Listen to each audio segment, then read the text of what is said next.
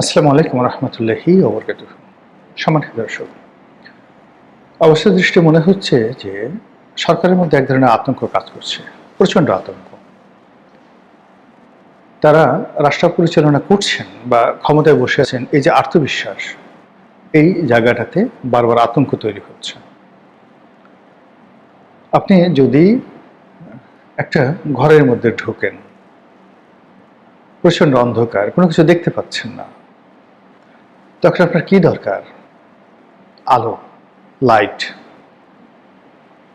কবরের মধ্যে আপনি যখন যাবেন, আপনার সবচেয়ে ভয় কি? অন্ধকার। এবং সেখানে আপনি কি চাইবেন? নূর চাইবেন, আলোকবর্তিকা চাইবেন। আপনার সামনে যখন একটা সাপ আসে, বিষধর সাপ, আপনি আপনার যে শরীরে যে রক্ত, হিমোগ্লোবিন, এগুলো জমে যায় ভয়ে, আতঙ্কে। আপনার হার্টবিট বন্ধ হয়ে যায়, রক্ত চলাচল বন্ধ হয়ে যায়। আপনি যে একটা হা করবেন, অনেক সময় সাপ দেখলে সে হা করার ক্ষমতা থাকে না। আপনি যে এক পা একটু এগুবেন, পা কাঁপা তো দূরের কথা, পুরো পা ফ্রিজ হয়ে যায় যারা ভয় পায়। একটা গবেষণায় দেখা গেছে যে সাপের কামড়ে যত লোক মারা যায়, 99% মানুষ মারা যায় হার্ট অ্যাটাকে। এর কারণ হলো 99% সাপ হলো বিষহীন, তার বিষ নেই। তো সে সবুল মারে, সে মনে করে আমি মরে গেছি, হার্ট অ্যাটাক করে মারা যায়। কিন্তু শরীরে দেখা গেল যে তার কোনো বিষ খুঁজে পাওয়া যাচ্ছে না। তো একজন সাপুড়ে, সে সাপ ধরে ফেলে, বিষধর সাপ ধরে ফেলে, মুখে চুমো দেয়, গলায় পেঁচিয়ে থাকে, আর আপনি দেখার সঙ্গে সঙ্গে আতঙ্কে আপনি চিত হয়ে পড়ে যাচ্ছেন, মরে যাচ্ছেন, হার্ট অ্যাটাক করছেন, আপনার হাত পা ফ্রিজ হয়ে যাচ্ছে, বরফ হয়ে যাচ্ছে। কারণ কি? জ্ঞানের অভাব। আপনি সাপ সম্পর্কে আপনার কোনো জ্ঞান নেই। একইভাবে ধরেন, নতুন একটা মার্সিডিজ গাড়ি, আপনার স্ত্রী, আপনার খুব প্রিয় স্ত্রী, সারা দুনিয়া দেখে আপনি পছন্দ করে বিয়ে করেছেন। তো বাসর করতে আপনি যাবেন। বাসর করতে যাবেন কোথায়? একটা হোটেলে। শ্বশুরবাড়ি থেকে আপনাকে একটা মার্সিডিজ বেঞ্জ গাড়ি দিয়েছে। তা আপনার স্ত্রী বলল যে, আসো প্রিয়তম, আমি নিজে তোমাকে ড্রাইভ করে সেই গাড়িতে করে আমরা বাসর করার জন্য অমুক হোটেলে যাব। তুমি কোনো টেনশন করো না, আমি আসলে গাড়ি চালাতে পারি না, কিন্তু কখনো চালাই নাই, কিন্তু তুমি আমাকে দোয়া করো। তোমার দোয়া থাকলে আমি ভুল করব না। আমি দেখেছি ড্রাইভাররা পাশে বসে দেখেছি কিভাবে চালায়, কিন্তু আমি কখনো স্টিয়ারিং ধরিনি। তো তুমি আমার পাশে, আজকে আমাদের বাসর রাত, এবং তুমি আমার প্রিয়তম, তুমি একজন কামেল মানুষ, অলি আল্লাহ মানুষ, আমার জন্য একটু দোয়া করো। আমার সারা জীবনে একটা প্রতিজ্ঞা ছিল যে বিয়ের পর নিজের হাতে গাড়ি চালিয়ে, এবং আমি কোনো রকম প্র্যাকটিস ছাড়া গাড়ি চালিয়ে সফলভাবে আমি আমার মাকামে গিয়ে পৌঁছবো। এরকম যদি অফার আপনার স্ত্রী দেয়, আপনি কি করবেন? বা ধরুন আপনি যদি নারী হন, ঠিক একই ঘটনা আপনার স্বামীর ক্ষেত্রে ঘটলো, স্বামী আপনাকে এরকম একটা অফার দিল, আপনি তখন কি করবেন? একটা দৌড় দিবেন, বললাম পাগল হয়ে গেছে এই মহিলা বা এই পুরুষ। তো এই যে কাহিনীগুলো বললাম, রাষ্ট্র পরিচালনা, আপনার যে কোনো একটা বিষধর সাপ, বা এই যে গাড়ি চালনা থেকে শুরু করে অন্য যা কিছু আছে, তার সাথে অতীব অতীব কঠিনতর একটা বিষয়। যারা এখানে বসেছেন, এখানে আবেগ দিয়ে, নাটক দিয়ে কোনো জিনিস হবে না। এখানে পর্যাপ্ত জ্ঞান লাগবে, লেখাপড়া লাগবে, অভিজ্ঞতা লাগবে, বন্ধু লাগবে, বান্ধব লাগবে, সাহায্যকারী শক্তি লাগবে, দেশি বিদেশি সহযোগিতা লাগবে, পরিবেশ লাগবে, অনুকূল পরিস্থিতি লাগবে, আরো কত কিছু, জনগণের প্রত্যেকটা মানুষের সহযোগিতা লাগবে। 18 কোটি মানুষের মধ্যে ধরুন 4 থেকে 5 জন মানুষ, ফরহাদ মাজারের মতো 4 থেকে 5 জন মানুষ খালি কয়দিন পর পর এক একটা করে গুলি ছেড়ে দেবে। একটা সরকারের পতন হতে 6 মাসের বেশি সময় লাগবে না, এখন যে অবস্থা চলছে। মাহমুদুর রহমান আমার দেশের সম্পাদক, জাস্ট এক সপ্তাহ পর পর একটা করে ফটো কার্ড দিয়ে দিবে।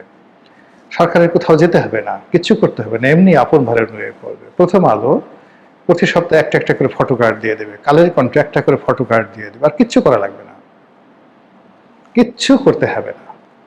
এতেই বুঝতে পারেন যে ব্যাপার। তাহলে এই যে গণতন্ত্র, সেই গণতন্ত্রে আপনাকে প্রথম আলো লাগবে, মাহমুদুর রহমান লাগবে, কালের কণ্ঠ লাগবে, বসুন্ধরা লাগবে, গোলাম মোল্লা রনি লাগবে, মাহমুদ ওই যে যাকে বলে ফরহাদ মাজেহার লাগবে, যাদের মুখ আছে আর কলম আছে প্রত্যেকটা লোককে লাগবে। এবং একই সঙ্গে সরকারের সাথে যারা জড়িত আছে, একটা পিয়ন থেকে শুরু করে একেবারে প্রধানমন্ত্রীর কার্যালয়ের যিনি চিফ সেক্রেটারি, তার যে কোনো একটা কর্ম, যে কোনো একটা কথা, যে কোনো একটা লেখা মুহূর্তের মধ্যে টেকনাফ থেকে তেঁতুলিয়াতে বারুদের মতো আগুন ছড়িয়ে দিতে পারে। এটা হলো রাজনীতি। তো সেই রাজনীতি গোখরা সাপ বা অন্য যে কোনো ভয়ঙ্কর প্রাণীর চেয়ে কোনো অংশে কম নয়। তো যেটা বলছিলাম, এই কারণে সরকার যারা বসছেন, জনাব তারেক রহমান, তিনি বাংলাদেশে এসছেন 17 বছর পর। এই 17 বছর ধরে তিনি অনেক স্বপ্ন লালন করেছেন, অনেক ব্যথা বেদনা কষ্ট লালন করেছেন। তার শরীরে অনেক আঘাত, যে আঘাত তিনি যে ভুলেননি, তিনি যে ভুলতে পারেন না। তিনি বারবার সেই লন্ডন থেকে আশ্বস্ত করেছেন, আমি সবাইকে ক্ষমা করে দিয়েছি, আমি ভুলে গিয়েছি। এমনকি তিনি একজন সামরিক কর্মকর্তার কাছে মাপ পর্যন্ত চেয়েছেন নির্বাচনের আগে, উদারতা দেখাতে, যে আমি খুব উদার। কিন্তু ক্ষমতায় বসার 24 ঘন্টার মধ্যে তিনি স্থির থাকতে পারেননি। তিনি এবং তার লোকজন এখন খুঁজছেন একাগারো কারা কারা করেছে, কারা তাকে পিটিয়েছে, কারা তাকে ফেলে দিয়েছে, কারা তাকে দুর্ভোগ দুর্দশা মধ্যে নাকারি চুবানি খেয়েছেন। এটা হলো সহজাত। এরকম যারা এই রাজনীতিতে ক্ষতিগ্রস্ত হন, যারা লাভবান হন, তাদের মধ্যে যে রেষারেষি, এটা মারাত্মক আকার ধারণ করে। তো সেই দিক থেকে এখন সরকার যেভাবে নানা বিষয় দ্বারা ইনফ্লুয়েন্স হচ্ছে, একই সঙ্গে তাদের মধ্যে কিন্তু আতঙ্ক কাজ করছে।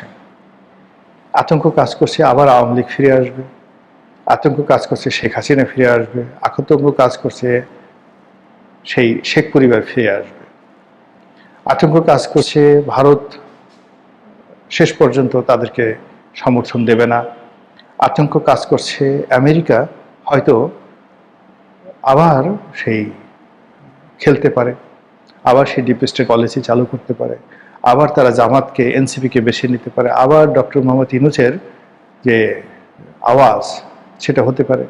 এবং এরকম ঘটনা বহুবার ঘটেছে পৃথিবীতে। বিশেষ একটা অবস্থাতে মানে বারবার রেজিম চেঞ্জ হয়েছে, বারবার রেজিম চেঞ্জ হয়েছে। যেমন দেখা গেল ইরানে রেজা শাহ পাহলভি আমেরিকাদের মানে পোষ্য ছিলেন, কিন্তু দেশের পরিস্থিতি এমন একটা তৈরি হলো যে সেখানে একটা ইলেকশন হলো এবং মোসাদ্দেক প্রধানমন্ত্রী হলেন, ইরানের প্রধানমন্ত্রী হলেন।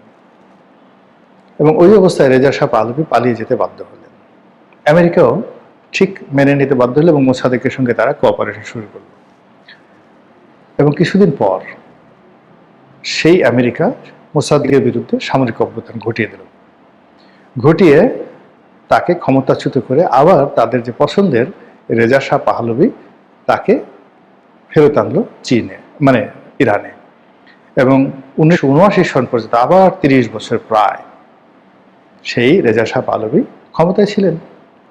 তো তাই যদি হয় তাহলে আমেরিকা, ধরেন এই বাংলাদেশে যদি আপনি 1952-53 সনে ইরানে যে কাজ করেছে আমেরিকা, সেই কাজ বাংলাদেশে যদি এখন 26-27 সনে আমেরিকা করতে চায়, তাহলে সরকার কি ভয় পাবে না?